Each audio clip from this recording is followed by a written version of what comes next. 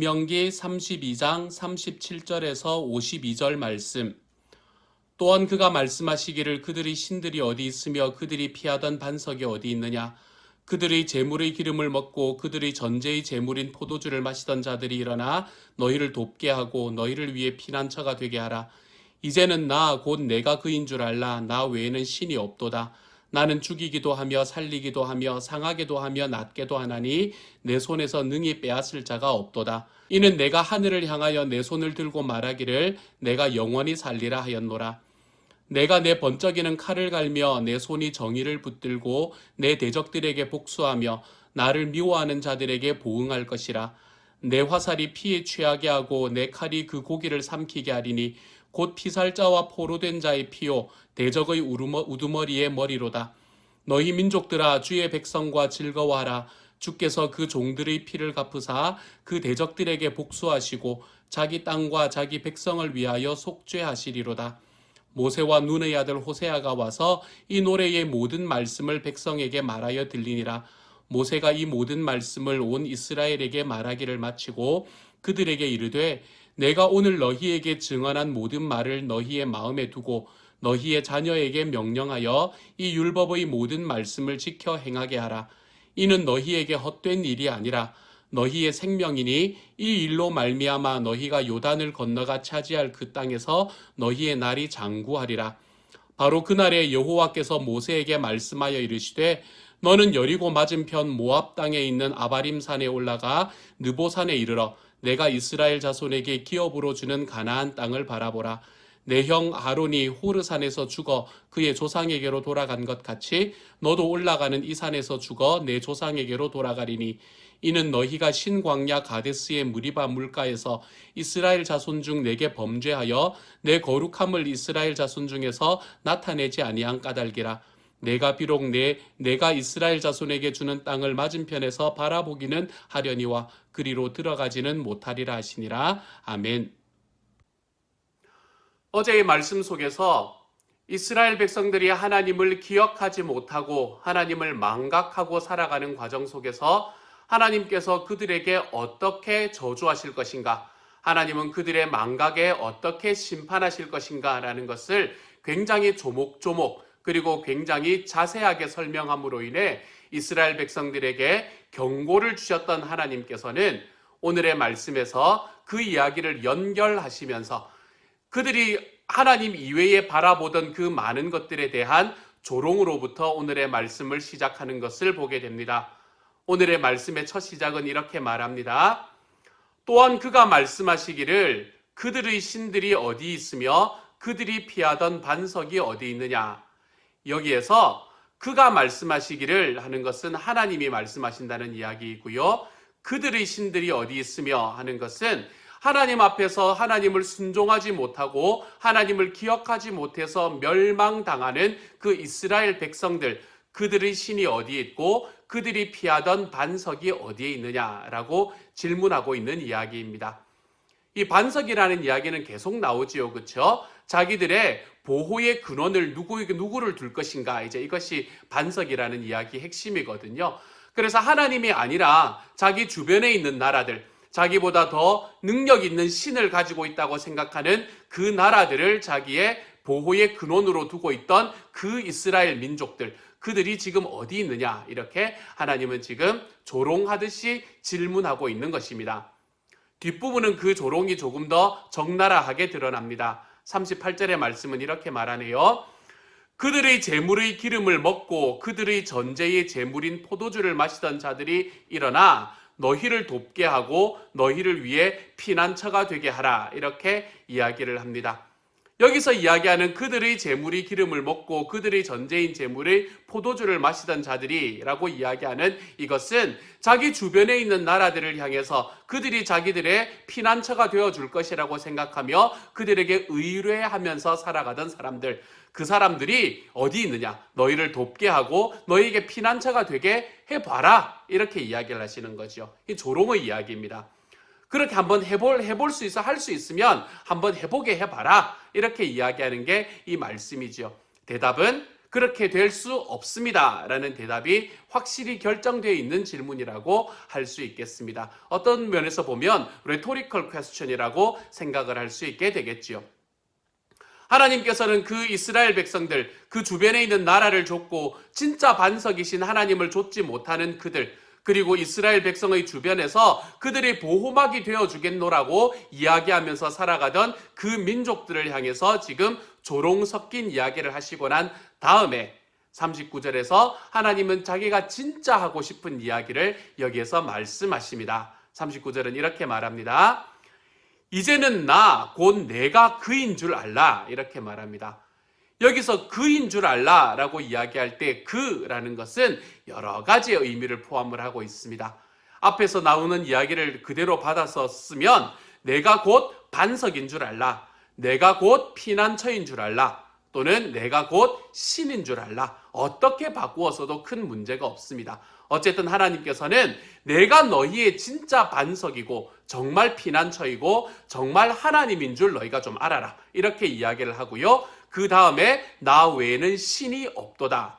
그래서 나는 죽이기도 하며 살리기도 하며 상하게도 하며 낫게도 하나니 내 손에서 능히 빼앗을 자가 없도다. 이렇게 말씀하고 계시죠. 하나님께서는 자기가 어떤 분이신가를 여기에서 설명을 해주고 있는 겁니다. 하나님께서는 상하게도 하고 죽이기도 하고 살리기도 하고 상하게도 하고 낫게도 하는 능력을 다 가지고 계시는 분이라는 것이죠.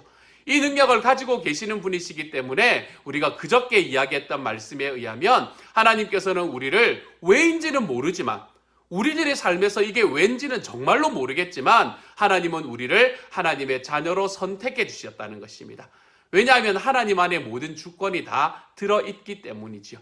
그렇게 주권을 하나님은 자기 손에 다 가지고 계시고 그것을 빼앗을 수 없는 분이다. 이것을 빼앗기지 않는 분이다. 그렇기 때문에 너희가 만약에 반석과 피난처를 찾는다면 주변의 나라들에 있는 그 신들이나 주변의 나라가 너희들에게 이야기하는 무언가로 쫓아가지 말고 나를 쫓아라. 이렇게 이야기하시는 것이 하나님의 말씀이 되는 것이지요. 당시의 백성들은 하나님이 정말 자기의 피난처와 보호처가 되지 못한다라고 생각하면 그들 주변의 나라를 쫓아가며 그렇게 왔다 갔다 하며 살았던 것이 그때의 사람들의 삶이었다면 요즘 우리는 하나님이 나의 삶의 보호이고 그분이 나의 피난처가 되지 못한다라고 생각을 하면 우리는 우리 스스로의 삶, 우리 스스로의 능력, 내가 가지고 있는 것들을 쫓아가는 삶을 선택하게 됩니다. 여기서 이야기하는 것은 하나님께서는 우리가 살아가는 삶 속에 나에게 아무리 큰 지혜와 능력이 있다고 하더라도 그것이 너의 삶을 구원할 수 없다. 너의 삶에 아무런 능력과 아무리 큰 힘이 있다고 하더라도 권력이 있다고 하더라도 그것이 너의 삶의 피난처가 되고 반석이 될 수가 없다. 참 너의 삶의 반석과 피난처는 나 하나님이다. 하나님께서는 이렇게 우리에게 말씀해 주십니다. 사랑하는 여러분, 우리의 반석과 피난처를 엉뚱한 데서 찾지 마십시다. 내가 가지고 있는 물질이나 내가 가지고 있는 권력이나 내가 가지고 있는 가정이나 뭐 이런 것들이 나의 삶의 반석과 피난처가 된다고 생각하지 마십시다. 나의 안전을 제공해주는, 나의 안전을 온전히 제공해주는 그 길은 오직 우리 하나님에게서만 온다. 우리 하나님, 영원하신 주님, 그 하나님에게서만 이 모든 것들이 온다는 것을 기억하며 걸어갈 수 있기를 소망합니다. 그것에 관한 이야기가 오늘 40절의 말씀에 나와 있습니다. 이렇게 말씀하지요. 이는 내가 하늘을 향하여 내 손을 들고 말하기를 내가 영원히 살리라 하였노라. 이렇게 말합니다. 왜 하나님이 우리의 피난처가 진짜 피난처가 되어주실 수 있나 하면 하나님께서는 시간에 얽매이는 분이 아니라는 사실 때문입니다. 하나님께서는 시간에 얽매이거나 공간에 얽매이는 것이 아니라 하나님께서는 영원부터 영원까지 우리의 피난처가 되어주실 수 있는 능력을 가지신 분이기 때문에 그렇다는 것이죠. 그렇기 때문에 하나님이 우리들의 삶에 주시는 그 놀라운 은혜를 경험하는 사람으로서 우리는 우리들의 삶 속에서 하나님께서 나의 피난처가 되어주시는 것이 영원에서 영원까지 이른다. 그리고 그 영원에서 영원까지 이르는 그 하나님의 안전함 속에서 나는 생명 있는 삶을 살아갈 수 있다. 우리 하나님 앞에 이렇게 고백하며 걸어갈 수 있는 삶을 살게 되는 것입니다. 우리들의 삶의 다른 것들은 그것이 없어지는 순간에 나의 삶의 보호처가 되지 못하지요. 하지만 우리들의 삶에 없어질 수가 없고 소멸할 수가 없는 이 하나님, 영원하신 하나님의 능력이 저와 여러분의 삶을 붙들고 있기 때문에 우리들의 삶에서 주님께서 우리의 피난처 되심이 우리의 삶 평생 이어져 갈 수 있다는 사실을 기억하시기를 소망합니다. 이 하나님이 우리와 함께 계십니다. 나의 피난처 되시고 나의 반석 되시는 분이 바로 나의 주님이십니다. 영원하신 내 하나님이십니다. 이 하나님으로 인해서 기뻐하고 이 하나님으로 인해서 이번 한 주, 이번 하루, 오늘 하루를 더 행복하고 즐겁게 살아가 볼 수 있는, 안전하게 살아가 볼 수 있는 주님의 사람들이 되시기를 주님 이름으로 축복합니다. 이 말씀이 오늘의 말씀에서는 좀 계속 연결이 됩니다. 두 번째로 여러분과 나누고 싶은 것은 이스라엘을 심판하기 위해서 하나님께서 사용하셨던 그 민족들을 하나님께서 여전히 심판하시겠다라고 이야기하시는 이야기가 41절부터 43절까지 말씀에서 나타나고요. 그리고 난 다음에 이야기가 이제 뭐가 나타나나 하면 모세의 노래가 여기서 끝이 나거든요. 모세의 노래의 마지막은 이렇게 끝이 납니다.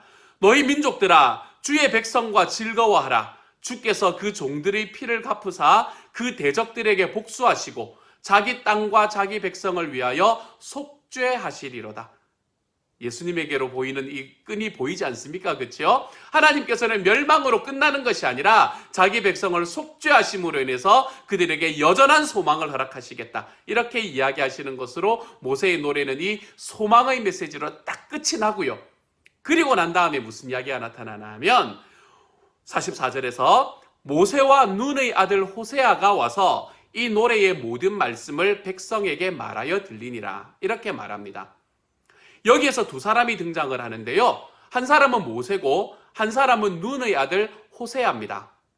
우리가 눈의 아들 호세아 하면 조금 낯설지 않습니까? 그렇죠? 눈의 아들 하면 우리가 앞에서는 여호수아라고 이야기를 했었었죠. 이 여호수아라는 사람은 사실은 그 이름이 바뀐 사람이었습니다. 민수기 13장 6절의 말씀을 보면 원래는 눈의 아들 호세아였거든요. 그런데 이 모세가 호세아를 보고는 그 사람의 이름을 여호수아로 바꾸어 줍니다. 이름이 바뀌었다라는 데는 뭔가 의미가 있다는 이야기잖아요. 그렇죠? 아무 의미가 없이 이름이 바뀌지는 않잖아요. 왜 호세아가 여호수아로 바뀌었을까? 이 이름이 바뀌게 된 것은 어떤 의미가 있을까? 호세아라는 말의 원래 의미는 무엇인가 하면 그냥 구원이라는 의미입니다. 호세아는 구원이라는 이야기일 뿐만이 아니라 이것을 동사로 표현을 하면 He saves, 그가 구원하신다라는 이야기가 되는 것이죠. 그래서 호세아는 구원이라는 의미가 그 호세아의 이름이라면 여호수아라는 이름의 의미는 무엇인가 하면 이 구원이라는 이름 자체에 야라고 이야기하는 이 하나님이라는 말이 함께 들어와 있는 거예요. 그래서 이 말은 그 의미 자체가 뭐를 말하나 하면 The Lord is salvation, 하나님이 구원이시다, 주님이 구원이시다 라는 의미가 바로 이 여호수아라는 말의 의미가 되는 것입니다. 다시 이야기하면 구원이라는 말, He saves, 그가 구원한다 라는 이 이야기가 무엇으로 바뀌나 하면 주님이 구원하신다 라는 말로 바뀌게 된다는 것이죠. 그리고 이렇게 바뀌게 되는 이야기는 이 이름은 어떤 누구를 거치나 하면 요시아라는 왕의 이름과 연결이 되고요. 이름 비슷하죠, 그렇죠? 호세아, 요수아, 요시아 다 비슷하죠, 그렇죠? 이 이름이 연결이 되고 그리고 난 다음에 이 이름은 나중에 신약 성경에 가서 예수님의 이름으로 연결이 되는 거죠. 그래서 예수님의 이름이 주님께서 구원하신다라는 의미, 이 여호수아라는 이름에서 나온 이야기가 되는 것입니다. 여호수아라는 이름이 히브리어라면 이 예수라는 이름은 아람어에서 나중에 그리그로 바뀌게 되는데요. 헬라어로 바뀌게 되는데요. 어쨌든 이 길을 걸어가는 그런 번역이 되는 것이죠. 그러므로 하나님께서는 지금 호세아에게 이 호세아라는 사람이 그가 구원한다, 자기의 능력으로 구원한다라는 이 이야기에서 하나님이 구원하신다, 주님께서 구원하신다라는 이야기로 바꾸어 가셨습니다. 앞에 우리가 이야기했던 이야기에서 무엇을 이야기를 했습니까? 내가 나의 피난처가 되는 것이 아니라 하나님이 나의 피난처가 되심을 믿고 걸어가십시다 라고 이야기했잖아요. 오늘 이 호세아가 여호수아에게로 바뀌는 이야기도 마찬가지입니다. 내가 나의 구원이 되는 것이 아니라 하나님이 구원하신다라는 여호수아로 바뀌게 된 이 여호수아의 이름의 변화는 내가 중심되고 내가 주인되는 삶에서 하나님이 주인되는 삶으로의 변화를 이야기하고 있는 것입니다. 그렇기 때문에 호세아가 여호수아가 되었다라는 이 이야기도 오늘 우리가 앞에서 이야기를 했던 내가 내 삶의 반석과 피난처가 될 수 있는 것이 아니라 주님이 그러하십니다 라고 이야기하는 이 이야기와 동일한 메시지지요. 내가 내 삶의 구원이 될 수 있는 것이 아니라 주님께서 그렇게 되실 수 있습니다. 우리는 이 이야기를 통해서 이 이름의 변화를 통해서 우리는 그것을 함께 고백할 수 있게 되는 겁니다.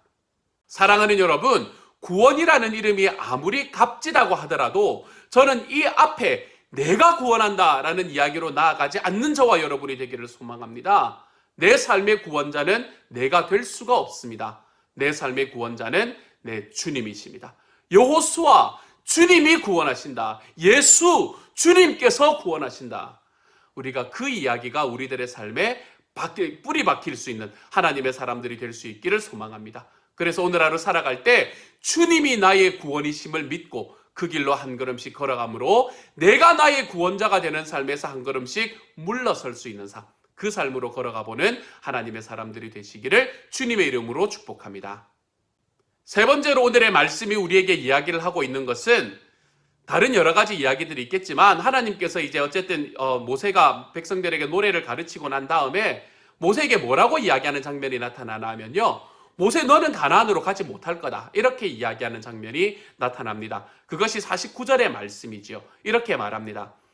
너는 여리고 맞은편 모압 땅에 있는 아바림 산에 올라가 느보산에 이르러 내가 이스라엘 자손에게 기업으로 주는 가나안 땅을 바라보라.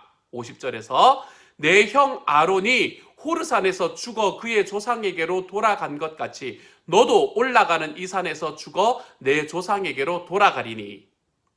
모세가 이스라엘 백성들을 가나안으로 이끌지 못하고 여기서 죽을 것이다 이렇게 이야기합니다. 그리고 그 죽음의 이유에 대해서 너가 무리바 물가에서 그 반석을 치라고 이야기하지 않았는데 그걸 쳤기 때문이다 라는 이야기를 51절에서 말씀을 하고 계시는 것이죠. 모세라는 사람이 왜 이스라엘 백성들을 가나안 땅으로 이끌고 가지 못했을까요? 왜 모세는 여호수아에게 그 리더십을 넘겨주고 그곳에서 죽어야만 했을까요? 이 이야기가 우리들에게 보여주는 정말 중요한 메시지 중에 하나는 바로 이 메시지입니다. 앞에 있는 것과 역시 연결되는 메시지인데요. 아무리 위대한 사람도 하나님의 사역의 중심이 주인이 될 수 없다라는 것을 하나님께서는 이것을 통해서 우리에게 보여주시고 싶은 것이지요. 하나님의 일은 하나님이 하시는 겁니다. 하나님의 일의 주인은 하나님이십니다. 사람은 거기에 헬퍼로 작용할 뿐이지요. 헬퍼로서 그곳에 사역할 뿐입니다. 우리가 하나님의 헬퍼로서 자리에 서는 거지 내가 그 사역의 주인이 될 수 없다라는 것을 잊어버릴 때 우리들의 삶에서는 교만함이 나타납니다.